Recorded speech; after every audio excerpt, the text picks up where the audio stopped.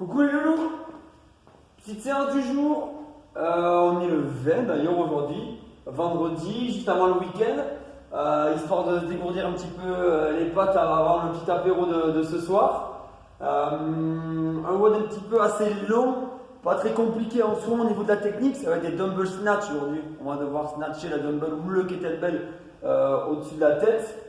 Avec un fort time, donc c'est pas un maximum de tours comme hier aujourd'hui, c'est vraiment on a une ligne d'arrivée, on essaye de gérer son effort, de couper les séries pour essayer d'y arriver le plus vite possible dans cette ligne d'arrivée. Donc ça sera une gamme descendante en dumbbell snatch, le premier tour il y en aura 40, puis après 30, puis 20 et puis après le sprint final il faudra en faire 10, alterner à chaque fois avec des sprints en aller-retour sur 10 mètres à peu près, en gros il faut faire 100 mètres. Donc je vais expliquer tout en détail. Je recommence. Dumbbell snatch alterné. Je prends ma kettlebell. Je vais vous chercher une kettlebell d'ailleurs. En plus. Donc, le travail du jour normalement s'effectue avec la dumbbell. Donc dumbbell snatch, toujours pareil, on met la dumbbell, si vous avez une kettlebell, il faudra démarrer du haut, je vous montre juste après, entre les pieds, on vient la chercher en baissant vraiment les fesses pour verrouiller son dos et se servir un maximum des jambes. Et c'est toujours de regarder devant vous. Et je la snatch d'un coup. Je ne suis pas obligé de sauter autant, d'accord, et d'exagérer le mouvement, mais le but pour soulever ce dumbbell, c'est pas forcément de tirer avec les bibis, puis après de soulever avec les épaules, mais plutôt de se servir vraiment d'une belle extension de jambes. Je change de main à chaque fois, soit quand je redescends en dessous de la ligne des yeux, soit je la pose au sol et je change. Et ça 42 fois, ça fait 20 de chaque côté sur le premier tour. Si vous avez un kettlebell, prenez-le vraiment sur le côté à l'intérieur et vous n'allez pas toucher le sol. On travaillera toujours avec ce balancier et on change. Pareil, je viens de changer derrière et j'envoie en haut. On peut travailler là. Si vous avez un kettlebell assez lourd, parce que vous n'avez pas eu le choix, vous avez pris un kettlebell assez lourd, vous n'avez pas de dumbbell et que ça vous gêne ou que le poids est trop lourd pour faire des snatchs aujourd'hui, vous allez pouvoir travailler sur du clean and jerk, ce ne sera pas dérangeant. Je l'épaule et après je le jette. La terminaison, elle est la même, d'accord, on termine le poids au-dessus de la tête. Et par contre, on change à chaque fois de côté aussi. Par contre, ceux qui ont les dumbbells, obligatoirement sur du snatch. Quand j'ai fait ma série de 40, je fais mes allers-retours en petite navette, en courant comme le val-et-val, le bip et bip, sur 10 fois 10 mètres, donc ça fait 5 allers-retours de 10 mètres. Et vous faites 20 fois 5 mètres, si vous n'avez que 5 mètres, d'accord, ça fera 10 allers-retours de 5 mètres pour arriver à une distance à peu près de 100 mètres de petits chutes sprint comme ça, de petits allers-retours.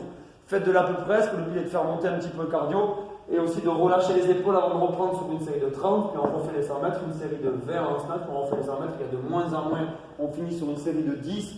On essaie de vraiment tenir le rythme, de ne pas lâcher la dumbbell sur le dernier. Et on refinit pour finir sur les sprints en 100 mètres. Si vous pouvez, c'est de toucher la main derrière la ligne. Vous mettez le pied derrière votre ligne, vous mettez un petit clou, une petite chose pour marquer les 10 mètres. Et essayez de toucher la main au sol. Essayez de changer les appuis pour varier un petit peu ça. Pour vous échauffer pour ce WOD, vous partirez sur quelque chose d'assez simple. Sur 3 tours, vous commencerez de 10 bird dog. 10 bird dog, on se met en position à 4 pattes et on va venir décoller un bras et une jambe. On va éloigner un peu vers le haut et surtout vers l'avant en serrant vraiment bien les abdos. Je fais une petite pause en haut et je ramène. Et j'alterne le travail.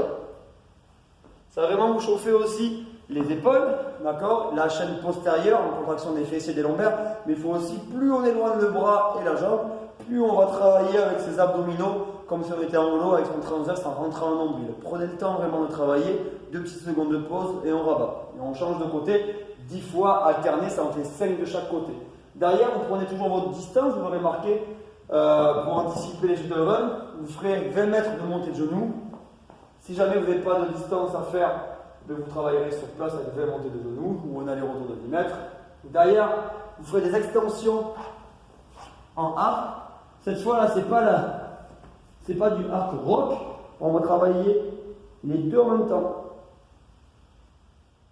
On monte les pieds et les mains en même temps. Sur 10 extensions. Puis on va faire cette fois 20 mètres, pas de montée de genoux mais de talons-fesses.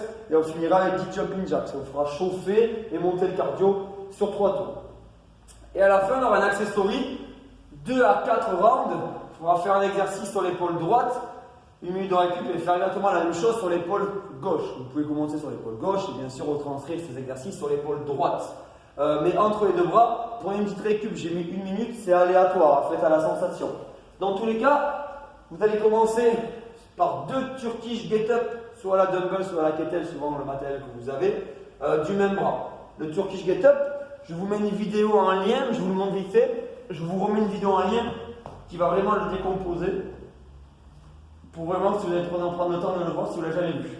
En gros, il va falloir lever la jambe posée au poids, lever le poids, et après prendre son temps vraiment en décomposant le mouvement jusqu'à arriver, c'est l'autre main, même bras, même jambe, avec une extension de hanche. Il faudra se mettre en position de fente, puis remonter. Là, on décale la moitié, parce que ce qui est important, tout le temps en regardant son kettlebell, c'est de pouvoir revenir en position assise. Et pas n'importe comment, le but n'est pas de faire ça et de se lever, le but est de comprendre la coordination du mouvement tout en restant une épaule fixe et perpendiculaire au sol. Je vous mets un petit lien, donc vous en faites 2 du bras droit, puis derrière, au deuxième, vous remettrez debout, vous refixerez le poids au-dessus de la tête, et vous ferez un aller-retour avec des petits pas et toujours en overhead, donc avec un travail de fixateur d'épaule. Un ventre bien rentré, on ne vient pas cambrer le dos ici pour tenir le poids. Vous continuerez à faire chauffer votre épaule après ce Turkish Get Up sur 20 mètres. Donc on a les retours si vous avez eu les 10 mètres de shuttle run.